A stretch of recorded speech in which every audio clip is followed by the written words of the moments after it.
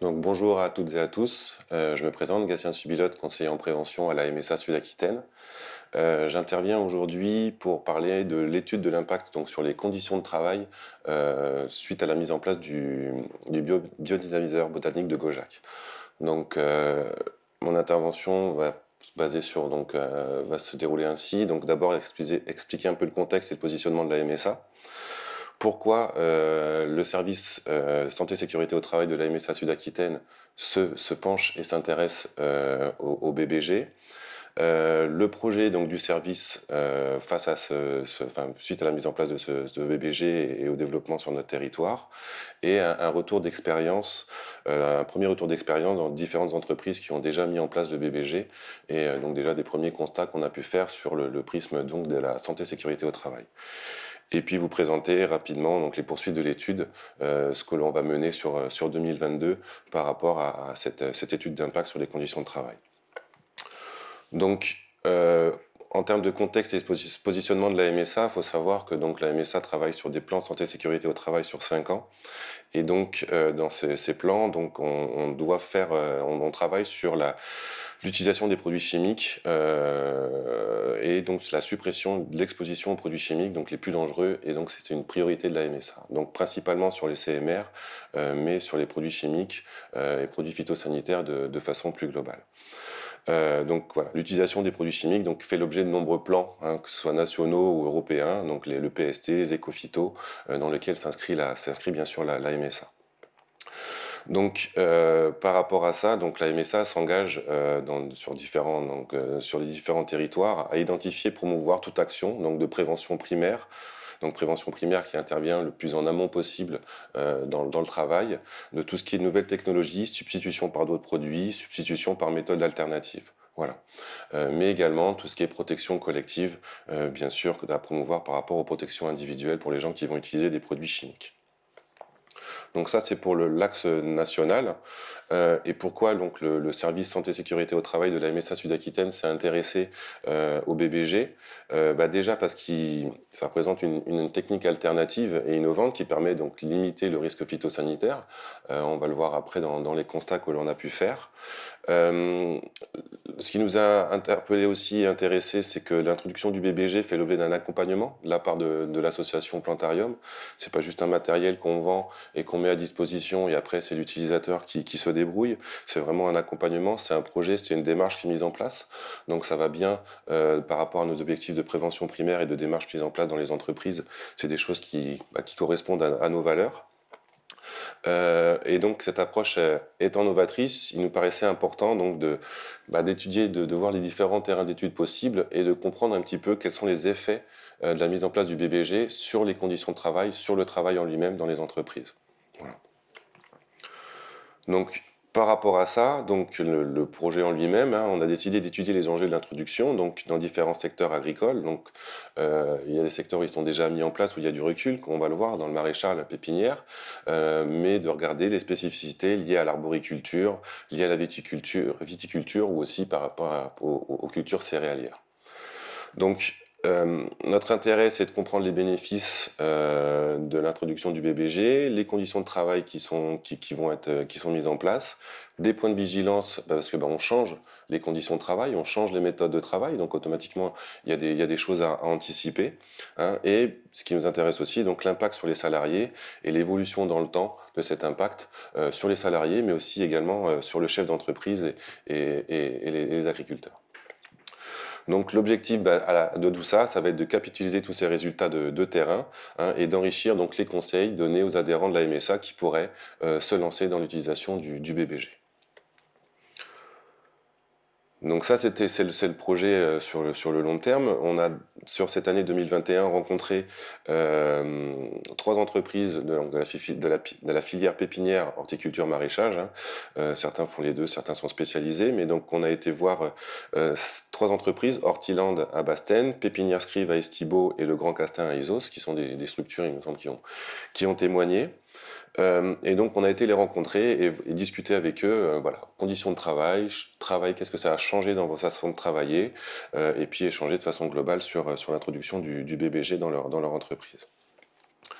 Donc les premiers constats qu'on peut faire, simplement voilà, basés sur des échanges et sur le recul fait par les utilisateurs, c'est qu'il y a une suppression totale ou partielle des produits de synthèse en serre. Donc voilà, donc ça nous intéresse fortement, avec donc les produits qui ne sont plus utilisés ou seulement un peu avant la vente pour certains.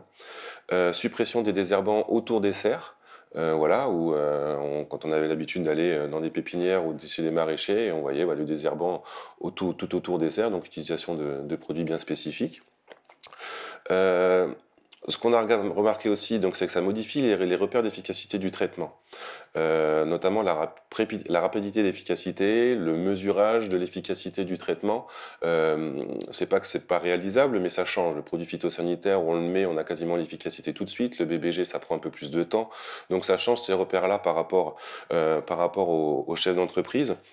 Et donc, c'est des choses qu'il faut bien sûr prendre en compte, parce qu'en termes de stress, de ce qu'on appelle le risque psychosociaux, ça peut avoir un impact.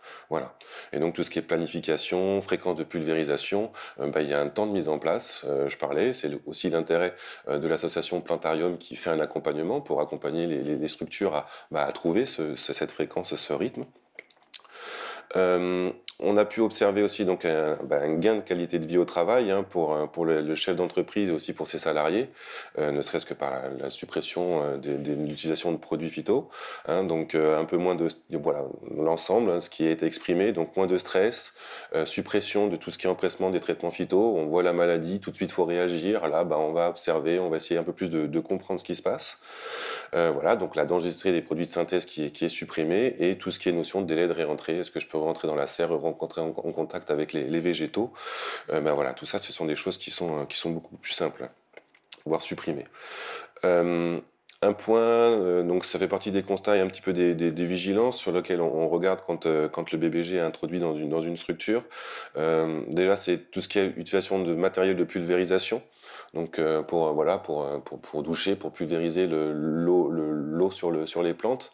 Donc voilà, il ne faut pas qu'il y ait de molécules de synthèse dans les machines qui sont utilisées. Donc voilà, il y a un changement de matériel souvent qui est nécessaire.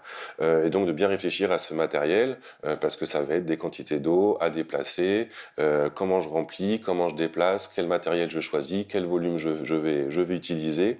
Voilà, ce sont des choses qu'il faut réfléchir au départ.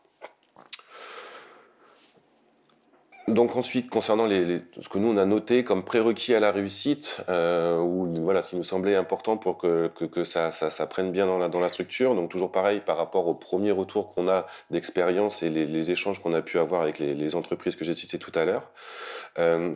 Donc d'abord une intégration dans une démarche globale, c'est-à-dire adhérer à une démarche globale, que la personne soit vraiment, le chef d'entreprise soit dans une démarche où il y a une volonté de diminuer l'utilisation des produits phyto, des produits phyto ou des produits de synthèse, ou une démarche liée à sa santé. Voilà, que ça vienne d'une part, de deux, mais voilà, il faut que ce soit intégré dans une démarche globale. Souvent, ce qu'on a pu observer et échanger, donc le BBG, il est utilisé avec des produits ou des méthodes bio qui sont associées. Voilà, donc on a pu voir le savon noir, les poulets pour le désherbage au pied, voilà, mais autres. Donc ça nécessite d'acquérir des connaissances dans ces domaines-là. Aussi, acquisition de connaissances par rapport à l'observation, pour l'observation des plantes. Donc ça, c'est des choses que nous ont exprimées les utilisateurs, reprendre le temps d'observer ces plantes, de regarder ce qui se passe, de recomprendre comment fonctionne la serre. Donc tout ça, ça nécessite du temps pour voilà, réapprendre et acquérir toutes ces connaissances. Une information des salariés aussi, un point qui nous semble important et sur lequel je vais redire, on va travailler au niveau du service santé sécurité au travail. Voilà, nouvelle méthode de travail, ça change un petit peu les repères des salariés. Donc comment on accompagne ces salariés à ce changement de méthode de travail, mais aussi de philosophie dans l'entreprise. Hein, et aussi de prévoir une montée en compétences sur l'observation, dont je parlais juste avant, hein, pour acquérir des connaissances et comprendre ce qui se passe, comprendre le vivant.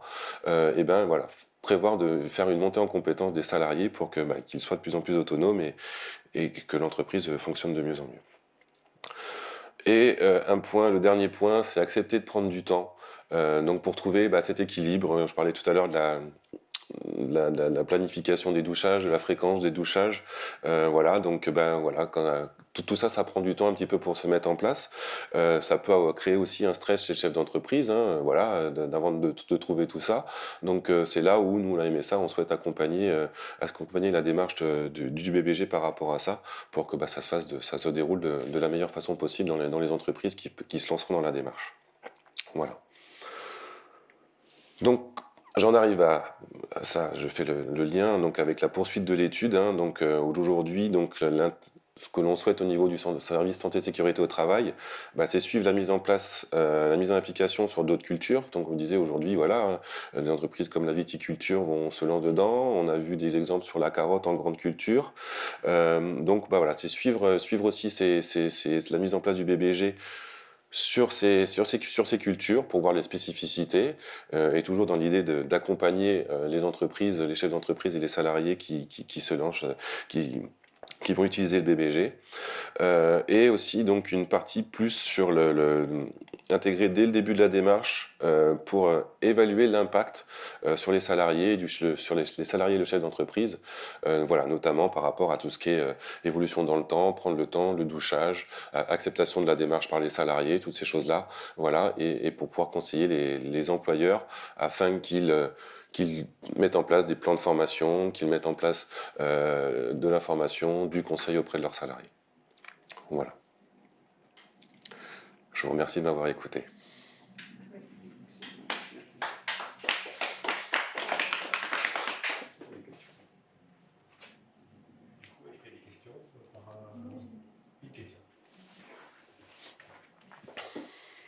Moi, il y a un petit point que je n'ai pas vraiment compris dans vos constats sur l'application du BBG chez certains entrepreneurs. Vous dites, voilà, suppression des désherbants autour des serres. Je ne comprends pas bien le lien entre l'utilisation du BBG et la suppression des désherbants.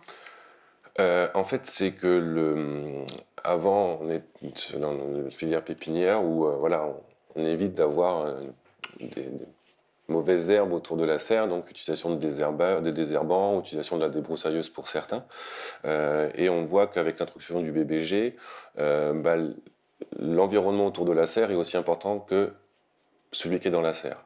Donc, je ne suis peut-être pas le plus spécialiste pour vous parler de tout ça, mais nous, c'est des choses qui nous ont exprimées en nous disant on a supprimé les désherbants autour de la serre, on réouvre la serre, voire certains ont ressemé autour pour remettre de la vie autour de la serre et que la démarche soit, je disais, la démarche globale, voilà, soit entièrement mise en place par le chef d'entreprise. C'était par rapport à ça. Mais je pense qu'il y a des personnes qui en parleraient beaucoup mieux que moi. Oui, on pourrait préciser tout à fait ça, la réponse. Mais en plus, on pourrait dire que plus autour d'une serre, plus il y a une activité vivante et moins il y a de déséquilibre avec l'intérieur de la serre. Une serre, c'est une culture, ce n'est pas naturel. On pourrait même dire que l'extérieur de la serre n'est pas naturel non plus, parce qu'il a été modifié déjà la construction de la serre, etc. Donc, pour remettre de l'équilibre, eh bien, on va ressemer une prairie, par exemple, fleurie autour de la serre. Et donc, on va avoir tous les insectes qui vont venir, et notamment les insectes plus auxiliaires qu'on attend à l'intérieur d'une serre.